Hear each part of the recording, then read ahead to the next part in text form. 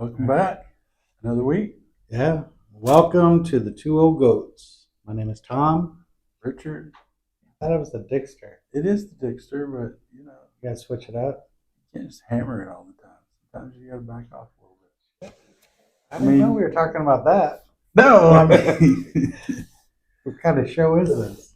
that's life in general. It's not always what they say, it's not always a hot burn. Okay. I hear you. So what do you got? You got anything you want to talk about specifically today, or you want to? Yeah, a couple of things, but I wanted to see where you were. Oh, you don't want to see where I'm at, or like here. I think we should. I mean, we had a few things happen this week. We had some good discussions, over some, stuff going on, and judging and judgment and judgmental and righteous judgment. Right. And, had some of that kind of stuff. I don't know. I had the thought I shared with you about, in our program, us essentially training people to go out and share the message. Disciples, so to speak. Same way Jesus did, but not just sit in one group or home group and get comfortable and everybody's patting you on the butt, telling you how good you are. I'm working this program real hard, or I'm doing this or that. Supposed to be out there recruiting, getting new guys. Or not recruiting, but being in service and talking to the newcomers. And I do believe that's called spreading your seeds. It is, but something real cool happened last night that I don't know who noticed it, but I noticed it because what we do. This is kind of funny. Josiah came.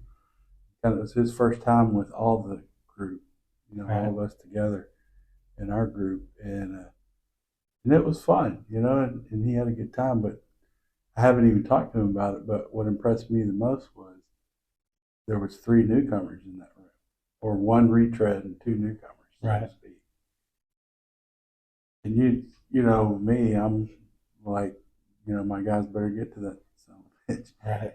And it's like you and Chris tripped over each other pretty much, and I think you got one and he got one, or you had shot at both.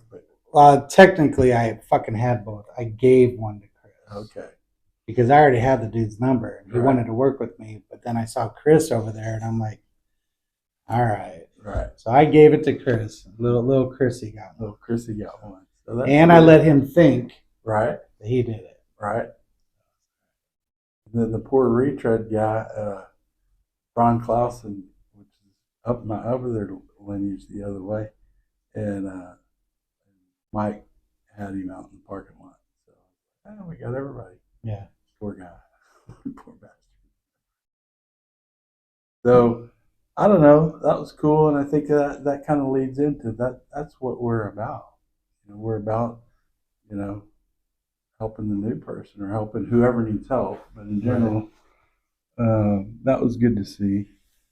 And I think, that's what we do, is kind of that feeling of, having the book study and stuff before the meeting, and kind of getting in the mode. And I don't know, but to me, it seems to have really improved the meetings too.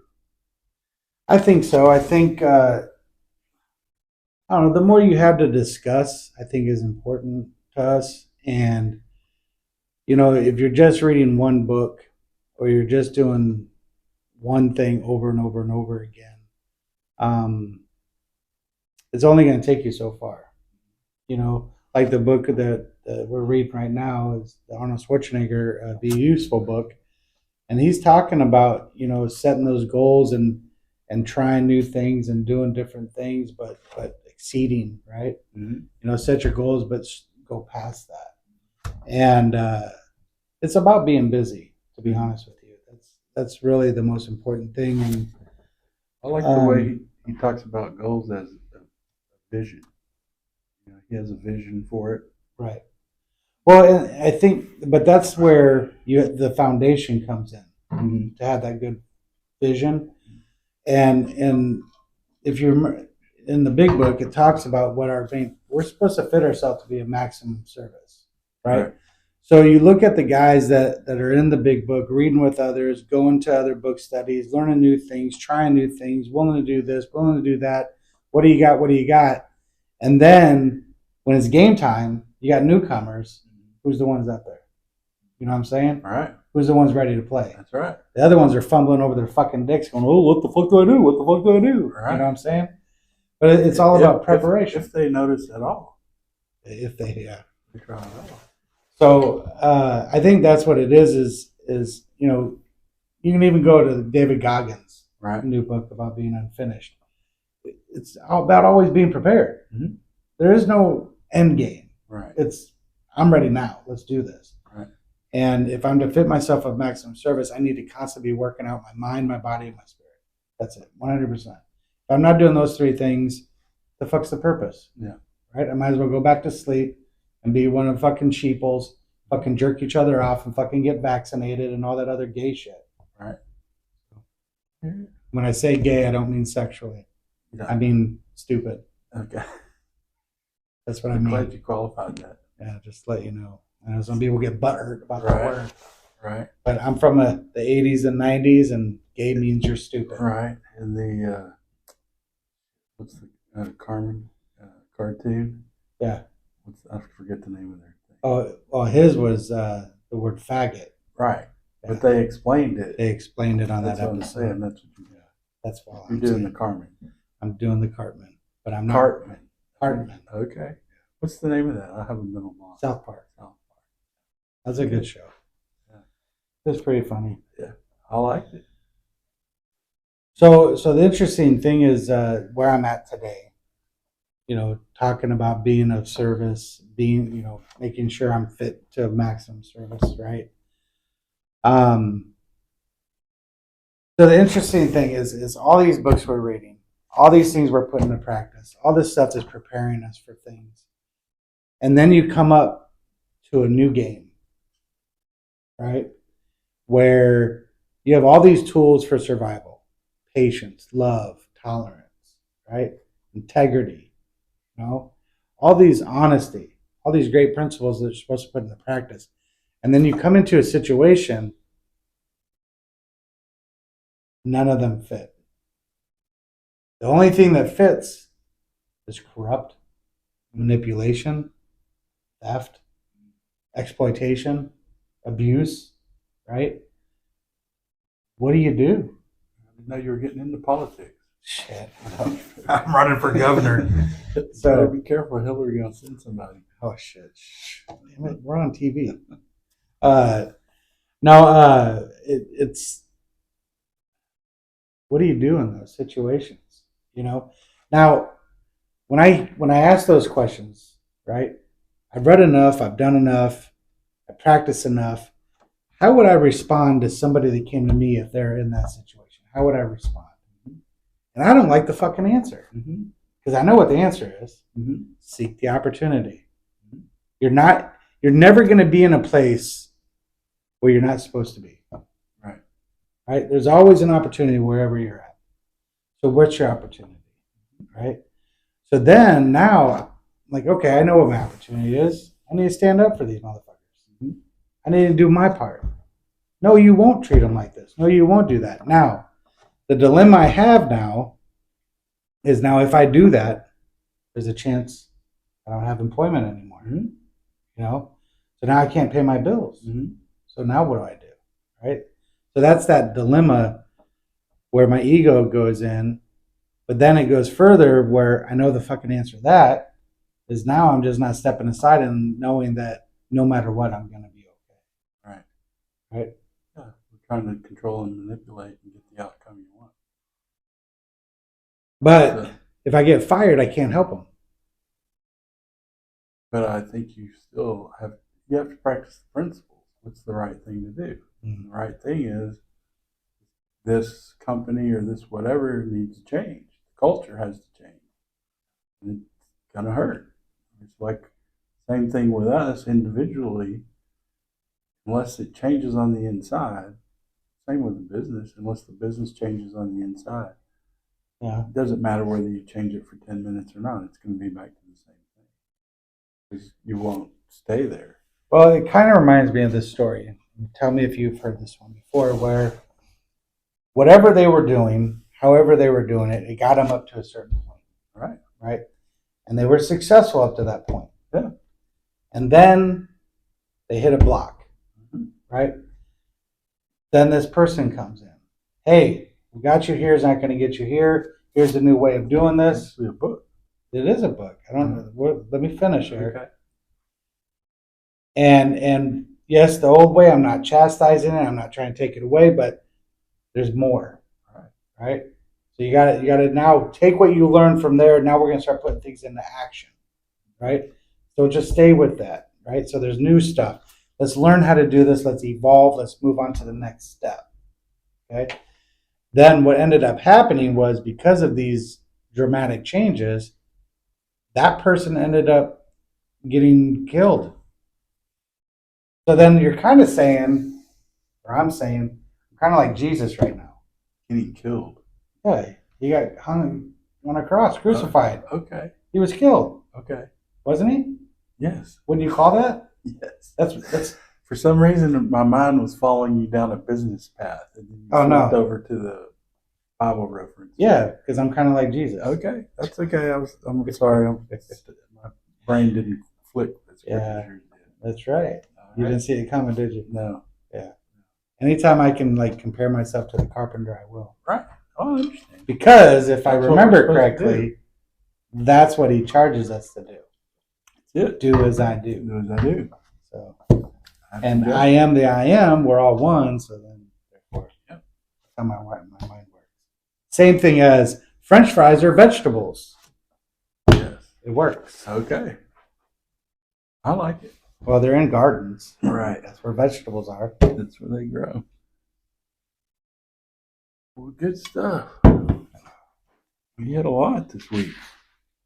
Well, to be honest with you, it's draining. It truly is. Mm-hmm. Spiritually, it's draining. And I think that's why I'm glad that, we exercise. We do our meditations. Once in a while, we do like what Jesus talked about, get out in the woods, right? Mm-hmm. Get reconnected. It's good for you. So I'm going to probably do that this weekend too. Oh, cool. I got the big bike ride on Sunday, but I may go out for the woods on Saturday. Good deal. So let's talk about the bike ride. What do you want to talk about? Your sissy ass ain't going. No, I'm not going on this one. Sensitive ass. You have a sensitive ass. I do right now. Yeah. Now for a sponsor, it's Pampers. It's not my ass. Pampers. It's my taint. Your taint. That's all one, bro. The taint, bro. That's the part that kills you. No, I just haven't. I'm not in shape to do it. So I understand. But I'll get you on. One of them. I'm not going to do the 150 this year. It's already happening next week. Yeah, or week after next. But it's too late. Anyway, now I was thinking about that, and I was thinking about talking about it, and then I was thinking about, whenever we talk about riding and the rides we've done and stuff like that, whether they were an event or not. So we went and rode trails or, right. Just because we did a lot of riding. It was interesting because when we decided we were going to do the 150, we started training a year ahead of time. I think it was the weekend after the 150. No, it was the weekend of. Because I remember that was the year that we decided, if anyone says something that I won't do, right, or there's no way I'll do that, then we have to do it. And you have to do it. We were riding our old piece of crap bikes, right, or mountain bikes, right? And we saw all these people in spandex and helmets and stuff riding down the road, right? And we're like, well, there's no way in hell you'll ever see me do that, right? And then we stopped and we asked one of the guys, "What are you guys doing?" It's the MS-150, right? And then Bill said, and that's how we ended up doing it, right? So we started training. Yeah, so we did. Yeah, we did. But anyway, I guess the point I was trying to make was, we ended up doing that. We rode some other rides that were sanctioned to kind of get ready, It was a lot of fun, but I remember the thing that was talking about it really wasn't, finishing him and the finish line, and even when you do the big deal, and we did it in College Station last year, Right. and all that. That's not the cool part. When we sit down and talk about it, it's the journey of it. It's Right. the shit you go through on the ride, Right. and crazy shit like that. It might not be fun at the time, but kind of there's times when you go through stuff where you go, you know what, we're going to talk about this later. Right. It sucks balls right now, but Mm-hmm. this is going to be hilarious. So I don't know. I was just thinking about some of that stuff and some of the rides we've done, and thinking about doing this one and getting ready for this one. Is Bill going to ride with you or Nope. anybody? So you and a couple hundred of your best friends. Yep. All right, good deal. And this is Blue Bonnet. No, this yes, this is the Blue Bonnet Express. Blue Bonnet Express. But there are hills involved. Is it the one we rode last year and got rained out in? It's yes. Yeah. There were some flat parts. There was a few. The Yes. fucking time we did Head for the Hills, which I think that was the Blue Bonnet one time. It was out in the same area. It's all in the Waller. That was area, motherfucker. Yeah. So I'll go do it again. You want to go do it? eventually, next year probably. Because that's the thing that the whole experience part. How many stories do you hear where they sit there and go, "Dude, do you remember the finish line? Right. Do you remember the last? I mean, Right. no, man. They talk about all the cool stuff before that, and that, like this weekend, my son and I went for a bike ride, and we were going, and we're like, okay, the plan is we're going to do the 30 miles, right? Yeah, through the swamp. Well, we didn't know it was a swamp yet, but we're like, let's just have fun. Let's just go. Right. So we were going, and then I saw this hill. I said, let's go up there. Then next thing you know, I said, hey, let's go see how far this dike takes us. Dikes can go for a while. I didn't know that. Yeah. I thought dikes were short-lived. No. Dikes can do it for a long time. They did. Dikes have superpowers. They do. They could just keep going. Mm-hmm. I didn't know that. So we're riding this dike real hard, and it's real going up and down crazy the way we're riding this dike. Yeah.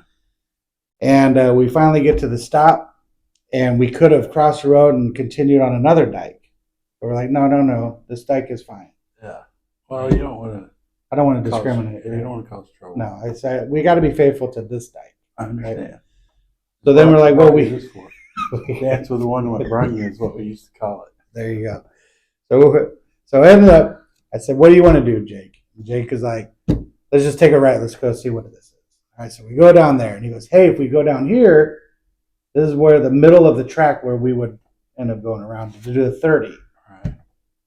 I go, well, it's a good place to find out if we're underwater or not. All right, let's go down there. And sure enough, you take a left, you're underwater. Take a right, you go underwater. So I said, what do you want to do? You want to go back, hop on the dike again? And he said, no, let's just go down here. Let's see how deep the water is. All right. Okay, so we're going, and it wasn't deep at all. It was just maybe 1 or 2 inches, maybe 3 top. Well, that's 6 inches. Right. So like that. Yeah, that's about 6 inches. So we went down there, and for some reason I was like, man, I'm just having a great time. The sun started coming up, birds, deer, boar. I mean, all of it was out there. I was like, man, this is what I'm talking about. So I just stop. I get off my bike. I just look around. I go, man, I don't want to miss this opportunity. And Jake was like, what about breakfast? All right, I hear you. But he ended up coming back, and he goes, hey, Dad, why don't you come over and did you see this yet? I said, man, if it's a fucking snake, I'm telling you right now, I'm going to throw your ass at it. Right. I don't want to play with them. Don't want to look at them. He goes, no. Promise, it's not a snake. Just come look at it. So we come up to this thing, and it looks like an alligator. Yeah. Right? But we're in Houston, dude. It's like a duck. Smells like a duck. Looks just like an alligator. And I go, dude, that's pretty cool. That log looks just like an alligator. Then the fucking log winked at me. That's a real fucking alligator. There you go. It was a 5-foot alligator from me to you. Right. Just sitting there staring. He didn't jump at us and do anything. And he just swam off like a little bitch because I was going to get him. I was. He was scared. He could feel it. Right. I was going to grab that dude, make me some boots. Right. But he just took off. But the point of the story is, man, that's a good story. Yeah. And I would have never had that had I not gone out there and did it, you know? That's right. You're absolutely right. It's not always fun. Mm-mm. But man, it's fucking entertaining. Yeah. Well, that journey of let's go down here, go down there reminds me of the fucking last, what was the gravel ride that we did called?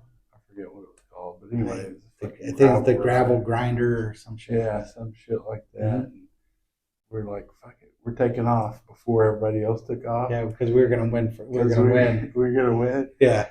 Then we look around and there were fucking ain't nobody around. No. Then we figure out, I think we went back, we were over 5 miles off track. 7 miles. 7 miles off. 7 miles off. So we added like 14 miles to that. But see, nobody else saw that track. That's right. They didn't see any of that. Right. You know, being that I'm in real estate and all, scouting out there. That's right. That's right. Yeah. But that's the fun part. I remember it too. I mean, I don't know how many times, Richard, you and I would go off and like, well, let's go see where we're going here. Yeah. I mean, 60-mile bike rides were always a minimum 63, 64, 65. Right. Yeah. That one was 71. Yeah. Yeah, that was fun.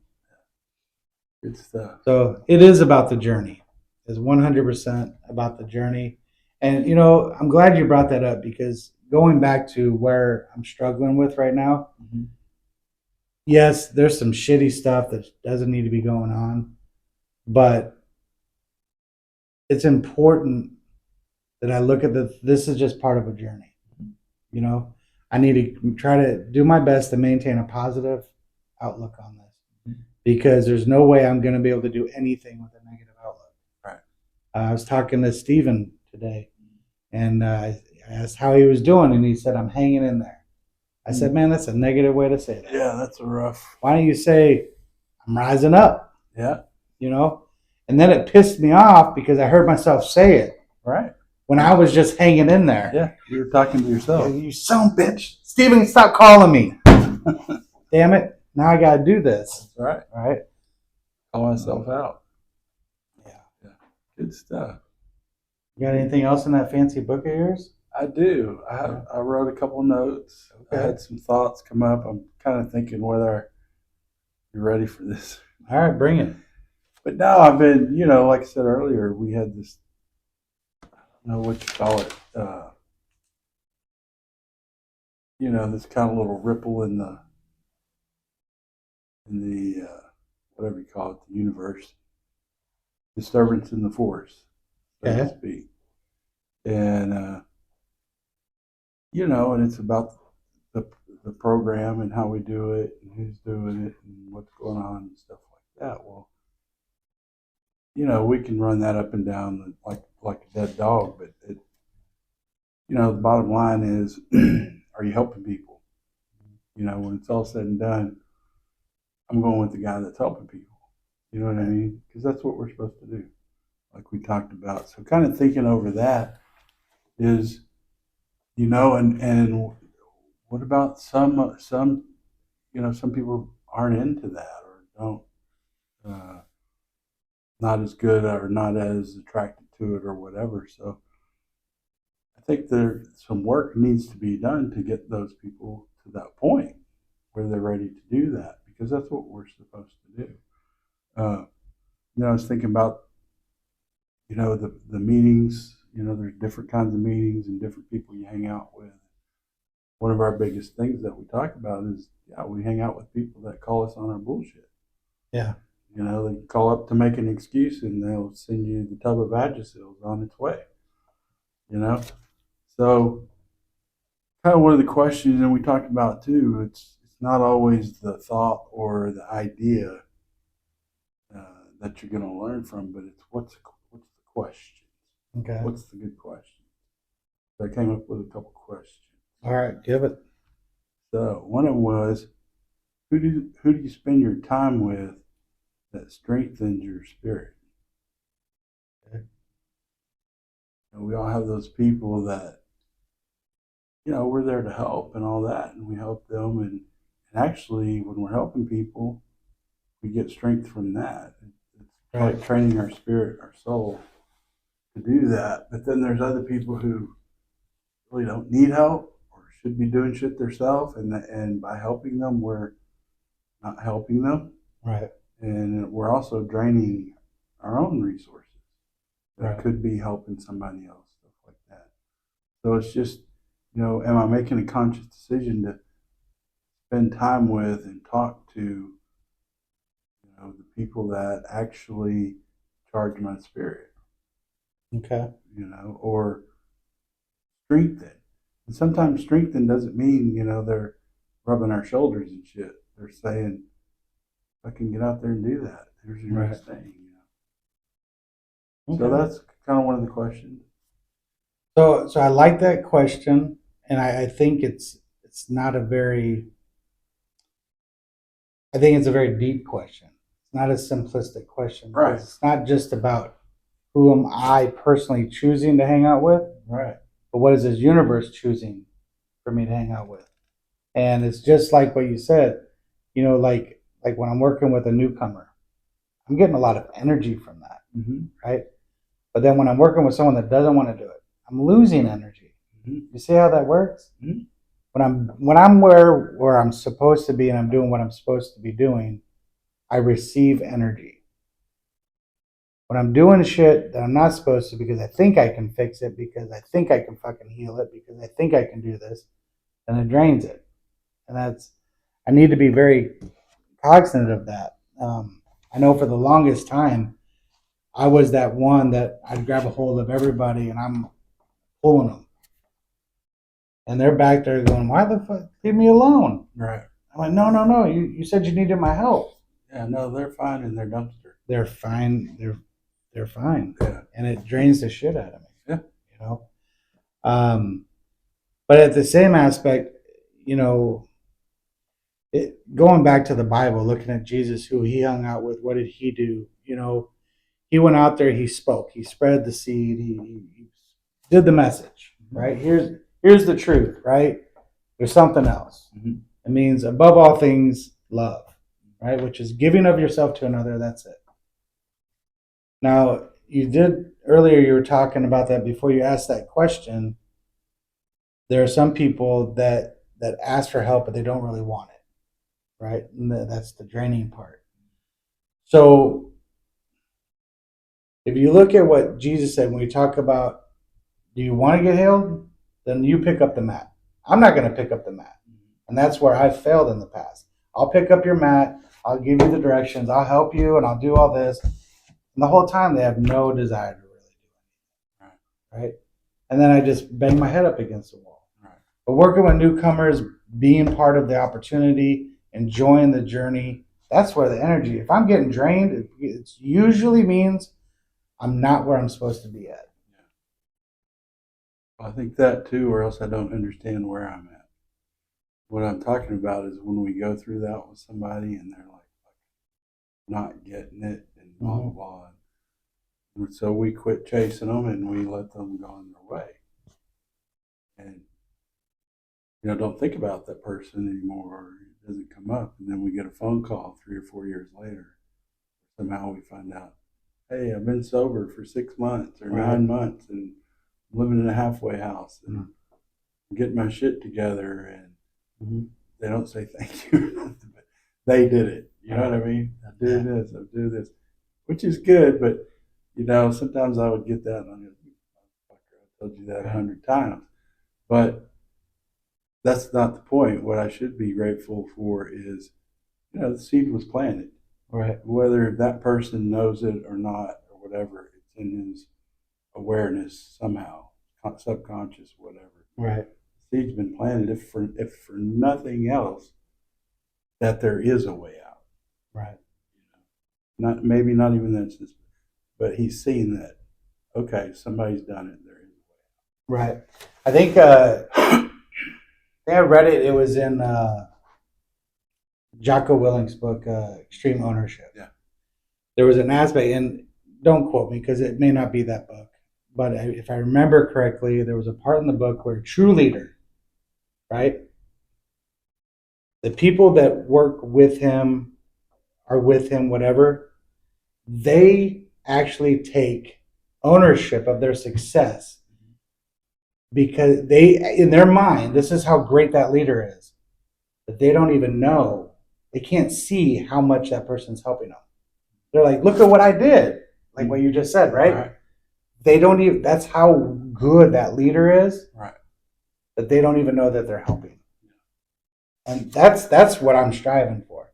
I'm striving to where I'm able to assist and build and push and grow, and that person takes all the credit. That's where I want to be. Hey. Yeah. I'm just kidding. Right? Yeah. You got That's another good. question? Well, I was just thinking, I think some of the people that we don't think about that strengthen us, we always want to think of, who's my mentor or whatever, which those do. But I think too, it's the guys that we read with. Mm-hmm. They, a lot of times we'll say, "Oh, I have to show up early," or "I get to show up early." Well, they do too. And I know that they're here to get and learn from us, Mm-hmm. but a lot of times they get the short end of the stick. I mean, they may learn something, but I'm learning a lot. Right. And I think doing that work strengthens your spirit.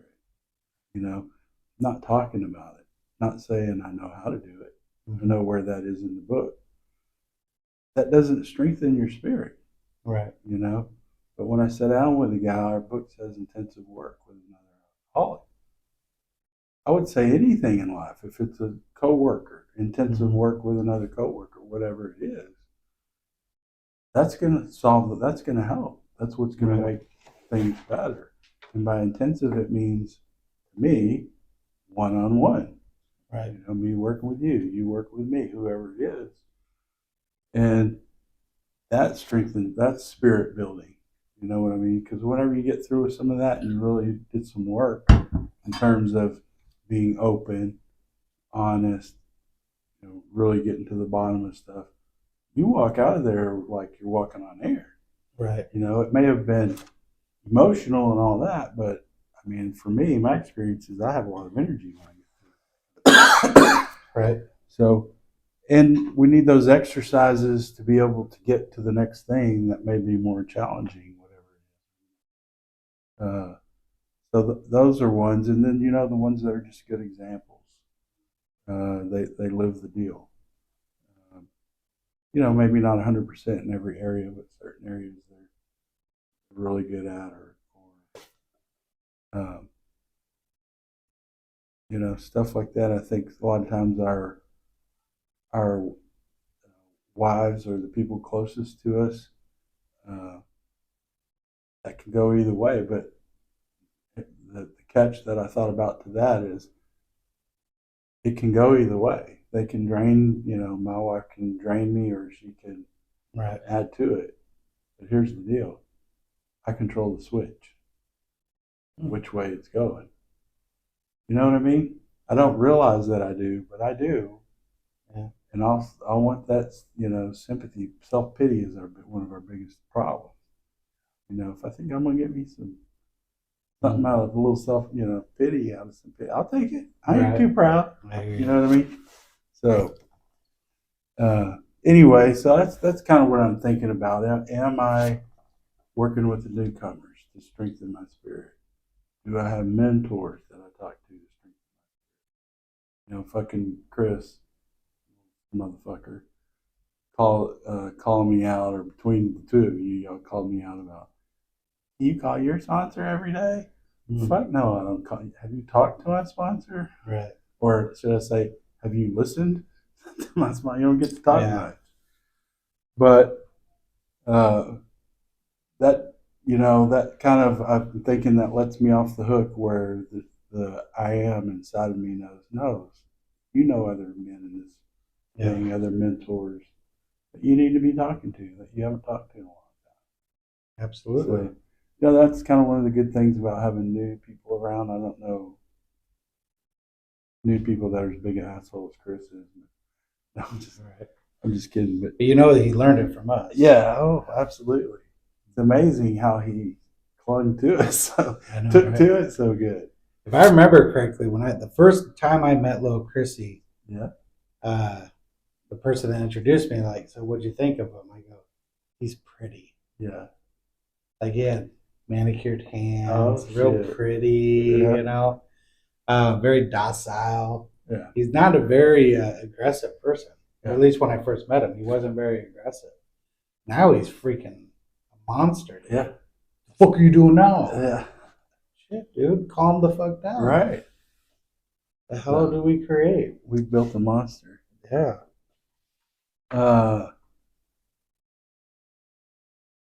The other thing, that kind of came up was, uh, it was along the lines of helping people, not just showing up saying, I go to a lot of these meetings or support groups or whatever the fuck, but, we're not sitting around patting each other on the ass, telling each other how great we're doing. Right. Thing is to get into the program and get out there and start helping people. That's what it's all about. And the term I heard this week was actually Neil talked about it in his sermon.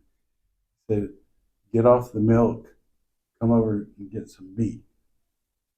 And I think that's what it is. If you're just doing the meetings and blah blah blah, you're not intensive work. You're not helping other people. You're just on milk. So are you saying stop sucking on the teat? That's what I'm saying. Start eating the meat? That's what I'm saying. I'm just clarifying what you're saying here. That's what I'm saying. Okay. And when you're referring to teat, milk, right? You're talking about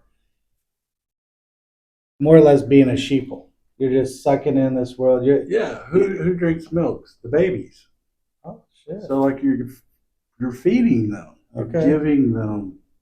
They ain't out there fucking hunting and getting their own shit. They're not doing their They're own not thing. self-supporting through their own contribution. They're not self-sufficient. They're living off the teat. That's actually an expression or term, at least in the South. I've heard it many times. Yeah. Suckling on the teat. Yeah, get off the teat. Because you ain't doing shit. Right. So, right. And so interesting thing. We're talking about helping others, right? And our goal is to be the example. And I know for me, I'm like, yeah. Could you imagine if everybody got that message and then they go and do what the message says, which is to love, be of service, give of yourself to another person? What would that mean if everybody did it? Wouldn't recognize this place. Nobody would need help. Right. Because they're all doing it. Yeah. Right? They're all being taken care of. But then what's the use for what would we do? We would be useless now. Yeah. No. There's something to do. What? I don't know. Everything's all taken care of. Never. Everybody followed the message. Yeah. Okay. If I remember correctly, there was a book that said not everybody's going to get this. Well, there's going to be a snake in the garden. If you believe in that shit. Yeah. Yeah. Because I put like snake traps and shit. There's no snakes. Okay. Maybe alligators. You think? But an alligator is just a snake with legs. Yeah. Some of it saw you before you ever saw him. Most likely. Yeah. But he was only like a 4 or 5 foot. Okay. I could have taken him. Yeah, probably. Who knows? Yeah. You can hold your breath. Oh, it's shallow water. It was only 6 inches. Oh, yeah. That's when you're standing up. Yeah. No, he was in deeper water. He was in the bayou there. Yeah. It was right by that bridge. You didn't see his buddies or nothing. The interesting thing is earlier I was going down to the parking lot and I saw footprints coming from one ravine to the other ravine. There's the road. I saw these big old footprints about this big. Yeah. I'm like, man, that's a big dog. It's like it must have been dragging something because right by it was this trail, right? Probably about this wide. And then when I saw that alligator, I go, oh shit. Yeah. That's Mama. Yeah. Yeah, there's never just one. No. So well, cool. Well, that's really let's see what else happened this week.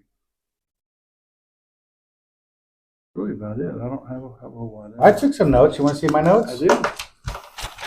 All right. That's your favorite subject. There you go. Movies. That's my notes. All right. I like it. Really takes me to where I want to be at. Right. You know, what does vagina have to do with sobriety? Everything. Okay. Everything. So We can get that. I did have one other, but it's kind of redundant. It says how to grow in awareness and understanding of the program. I think that's a lot of what we talked about already. Yeah.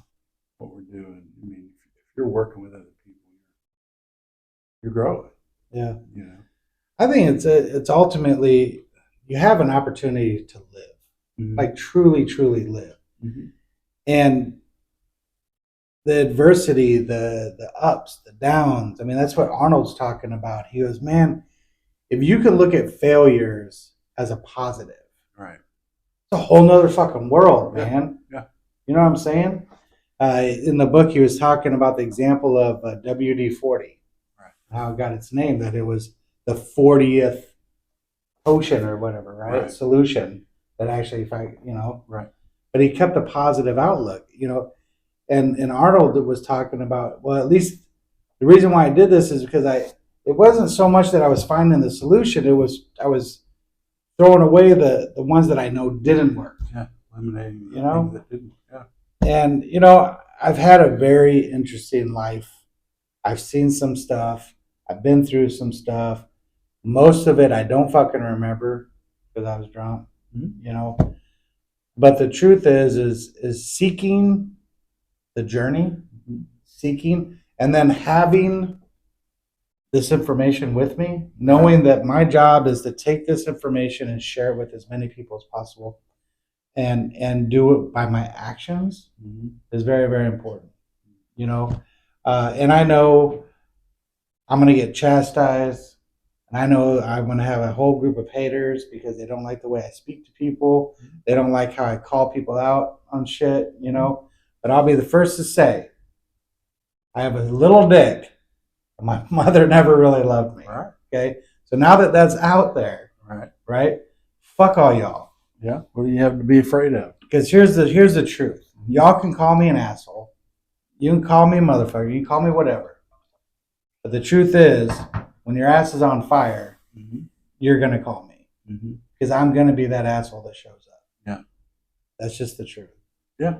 And I can't put too much energy towards people that don't agree with the way I do things. Right. The way I make fun of people, the way I talk to people. Stop being a bitch. Well, what I say is fucking get your ass out there and you go do that. Bring it. Let's If you go. think I'm doing it wrong, I can get out there and do it the way you think it ought to. There you go. There you go. I think you and I were talking about the armchair quarterbacks? Right? Well, shit, if you would have thrown that pass over there, motherfucker, have you ever even thrown a football? Right. That's with some big dude fixing to try to put you in the hospital. Right? It irritates me, but I'm learning I gotta just let that shit go. I can't let that bother me. Yeah. Good stuff.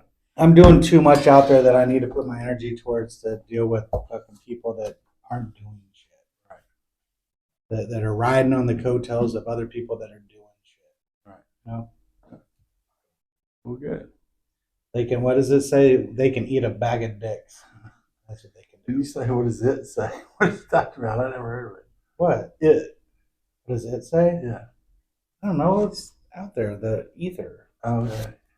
It. Okay. There's a lot of it. Like, there's a lot of information in the it. Right. It says this. It does that. Yeah. Okay. That sounds like a metal-ism. It could be a melism. Yeah. But what do I fucking know? I don't know shit. I don't know shit. I've been sober since. Yeah. There was only one A. Jesus was a baby. I got sober. That's right. Cool. That's all I got, man. Steven, you got anything? Steven? Oh, that's what she said. That's all I got. There you go. All right, y'all. Y'all have a good one. Thanks. Peace out, bitches. That's rude. All right. That's a good picture. Though. That's pretty good drawing. Pretty good. I got the most important things.